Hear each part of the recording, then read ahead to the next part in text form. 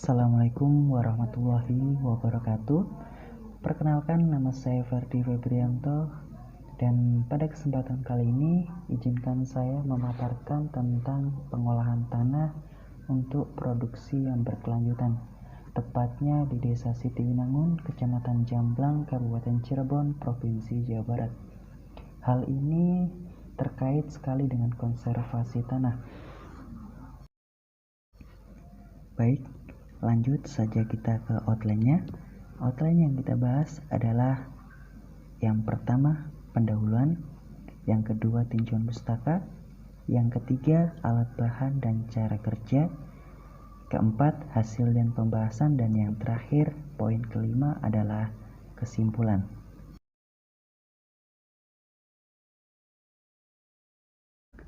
Baik, langsung lanjut ke slide berikutnya.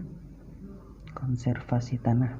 Konservasi tanah menurut Sutandi tahun 2012 mengatakan bahwa konservasi tanah dan air merupakan usaha dalam menjaga serta meningkatkan produktivitas tanah. Penerapan konservasi tanah dan air merupakan salah satu kunci keberlanjutan usaha tani dalam meningkatkan memanfaatkan lahan kering secara optimal. Berikutnya langsung saja kita ke pendahuluan. Di latar belakang, yang pertama adalah pertanian berkelanjutan ini menjadi pembicaraan dunia. Jadi pada tahun 1987 dan pada tahun 1992 di agenda yang ke-21, Rio Janeiro mengatakan bahwa pertanian berkelanjutan ini sangat penting. Jadi masyarakat di dunia ini sudah aware gitu tentang pertanian berkelanjutan. Kenapa demikian? Karena di latar belakang kita yang kedua ini pentingnya pengolahan tanah dan air yang benar. Jadi meskipun tanah dan air ini adalah sumber daya alam yang dapat diperbarui, namun kualitasnya jika kita tidak berhati-hati dalam memanfaatkan hal itu dengan baik, maka yang akan terjadi kualitasnya akan semakin turun, dan dampaknya pun dari penurunan kualitas tanahnya dan airnya itu akan lama-kelamaan akan mengenai tumbuhan, sehingga jika tumbuhan terkena dampak tersebut maka otomatis produktivitasnya tidak akan maksimal. Padahal jumlah manusia dari tahun ke tahun semakin meningkat, sedangkan lahan tetap bahkan bisa terjadi penurunan. Selanjutnya di latar belakang kita yang ketiga ini adalah penurunan mutu lahan pertanian, yang mana dalam pengolahan lahan yang tidak tepat ini dan secara terus-menerus akan menurunkan mutu lahan pertanian, sehingga secara otomatis produksinya tidak akan maksimal.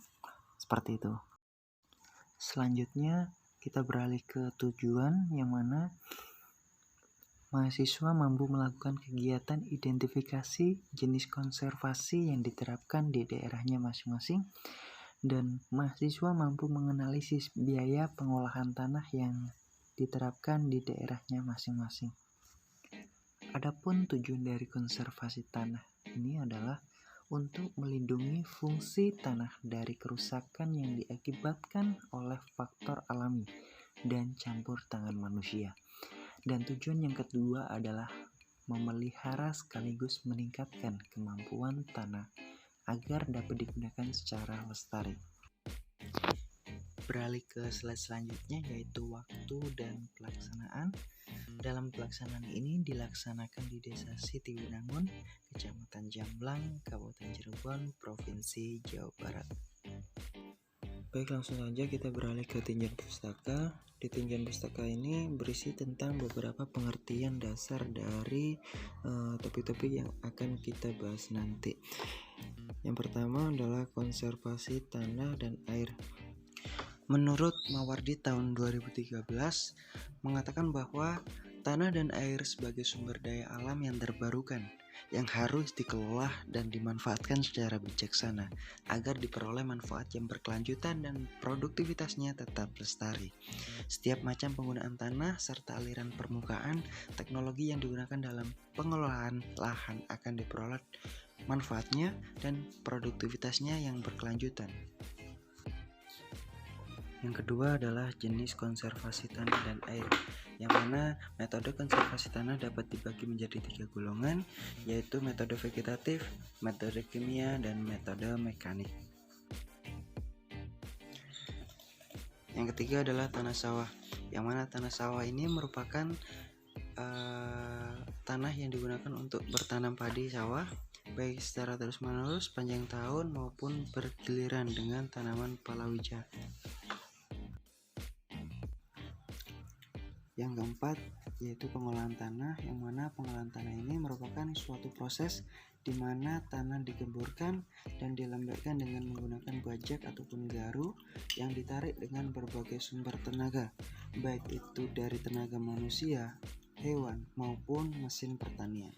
Selanjutnya kita beralih ke bab 3, alat, bahan, dan cara kerja, yang mana alat dan bahan kerja ini kita menggunakan kamera sebagai alat untuk mendokumentasikan kegiatan observasi, dan cara kerja yang dilakukan adalah melakukan pengamatan dan mempraktikannya langsung pengolahan lahan di lahan yang sedang digarap oleh petani. Kemudian saya sendiri melakukan wawancara langsung kepada petani terkait pengolahan lahan yang dilakukan saat praktikum. Nah, saya sendiri melakukan wawancaranya kepada kedua petani yang mana masing-masing memiliki cara pengolahan yang berbeda, yaitu dengan cara menggunakan cangkul dan menggunakan mesin pertanian. Selanjutnya beralih ke hasil dan pembahasan metode konservasi tanah dan air, yang mana ada beberapa metode konservasi tanah, ada 3. Yang pertama vegetatif, mekanik, dan kimia. Untuk metode vegetatif sendiri merupakan skala bentuk pemanfaatan tanaman ataupun sisa-sisa tanaman untuk mengurangi erosi. Untuk mekanik sendiri adalah semua perlakuan fisik mekanis yang diperlakukan terhadap tanah yang bertujuan untuk mengurangi aliran permukaan dan erosi serta meningkatkan kelas kemampuan tanah. Selanjutnya di metode kimia, yaitu metode kimia ini dalam konservasi tanah dan air merupakan pemanfaatan bahan pemanfaatan tanah dalam memperbaiki struktur tanah. Selanjutnya kita beralih ke prinsip pengolahan tanah, yang mana prinsip pengolahan tanah ini terbagi menjadi 3 tahapan. Yang pertama pembersihan, kedua pencangkulan, dan yang terakhir adalah pembajakan. Nah, pembersihan di sini pematang sawah dibersihkan dari rerumputan, diperbaiki dan dibuat agak tinggi. Fungsi utama pematang ini di saat awal untuk menahan air selama pengolahan tanah agar tidak mengalir keluar petakan. Fungsi selanjutnya berkaitan erat dengan pengaturan kebutuhan air selama ada tanaman padi. Saluran atau parit diperbaiki dan dibersihkan dari rerumputan. Kegiatan tersebut bertujuan agar dapat memperlancar arus air serta menekan jumlah biji gulma yang terbawa masuk ke dalam petakan. Sisa jerami. Selanjutnya kita ke tahapan pencangkulan, yang mana setelah dilakukan perbaikan pematang dan saluran, maka tahap berikutnya adalah pencangkulan. Sudut-sudut petakan dicangkul untuk memperlancar pekerjaan bajak atau traktor, dan pekerjaan tersebut dilaksanakan bersamaan dengan saat pengolahan tanah. Tahapan yang terakhir adalah pembajakan, yang mana pembajakan dan penggaruan merupakan kegiatan yang dilakukan dengan bertujuan untuk membalikkan tanah agar tanah gembur kembali. Yang kedua, kegiatan tersebut bertujuan agar tanah sawah berlumpur dan siap ditanami padi. Pengolahan tanah dilakukan dengan menggunakan mesin traktor. Sebelum dibajak, tanah di sawah digenangi air agar gembur. Lama penggenangan sawah dipengaruhi oleh kondisi tanah dan persiapan tanaman. Pembajakan ini biasanya dilakukan 2 kali. Dengan pembajakan ini juga diharapkan kumpalan-kumpalan tanah terpecah menjadi kecil-kecil. Kumpalan tanah tersebut kemudian dihancurkan dengan garu sehingga menjadi lumpur halus yang rata. Baiklah, lanjut ke slide berikutnya. Di sini dalam penggunaan traktor tentunya ada kekurangan dan kelebihan. Yang mana kelebihan di sini bisa dilihat menghemat waktu dan mempermudah pengolahan tanah, dan kekurangannya adalah biaya traktor tidak murah. Setelah itu tidak dapat dioperasikan di lahan sempit dan berlereng. Baik, kita lanjut ke perhitungan kebutuhan dan biaya tenaga pengolahan lahan di Desa Sitiwinangun, Kecamatan Jamblang. Bisa kita lihat kebutuhan tenaga kerja untuk biaya pengolahan lahan secara mekanik di Desa Sitiwinangun. Maaf, ini salah, harusnya cangkul ya. Jadi luas lahan dalam 1 hektar ini membutuhkan 2 orang tenaga kerja dengan 1 hari kerja itu dengan nilai Rp80.000.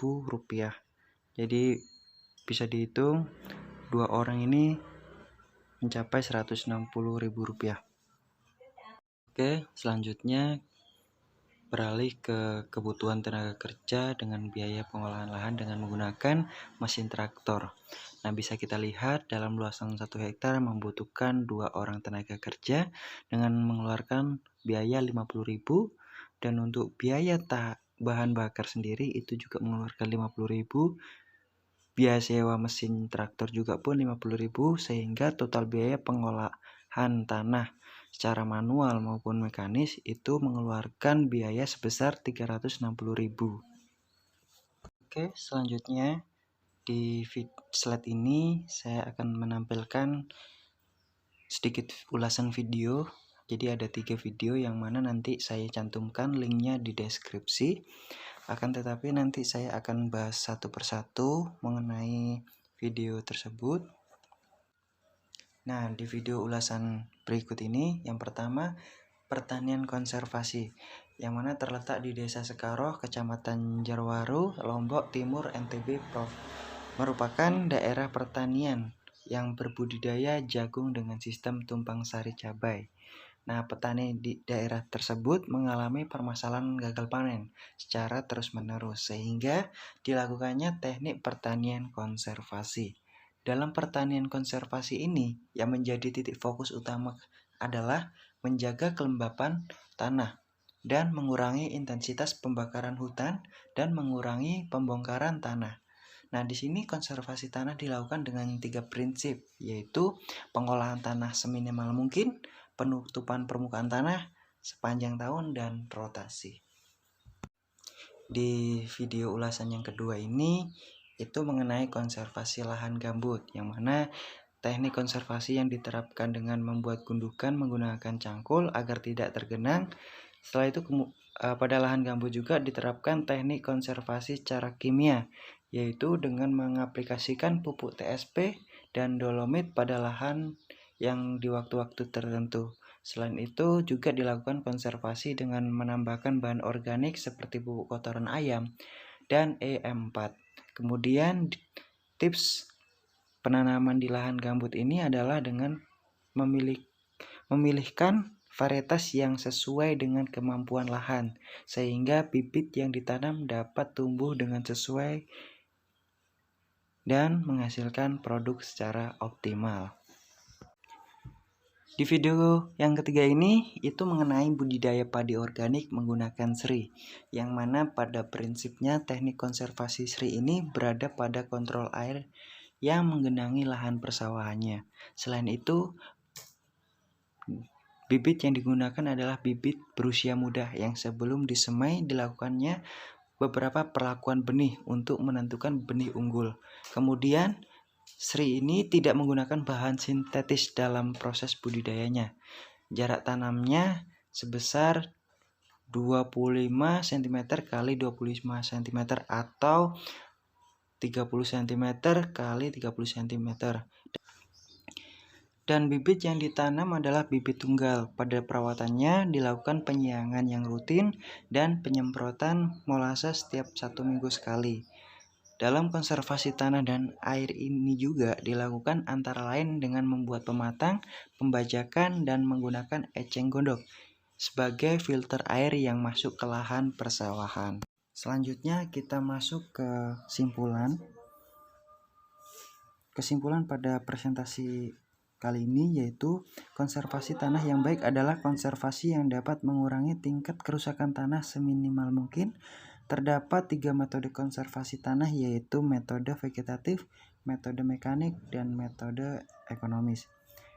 Dan yang kedua adalah untuk melakukan pengolahan tanah untuk produksi berkelanjutan harus mempertimbangkan sifat fisik, kimia, dan biologi tanah. Hal ini penting untuk menjaga kerusakan tanah. Baiklah, itu tadi hasil pemaparan yang saya sampaikan mengenai pengolahan tanah untuk produksi yang berkelanjutan di Desa Sitiwinangun, Kecamatan Jamblang, Kabupaten Cirebon, Provinsi Jawa Barat. Cukup sekian dan terima kasih. Wassalamualaikum warahmatullahi wabarakatuh.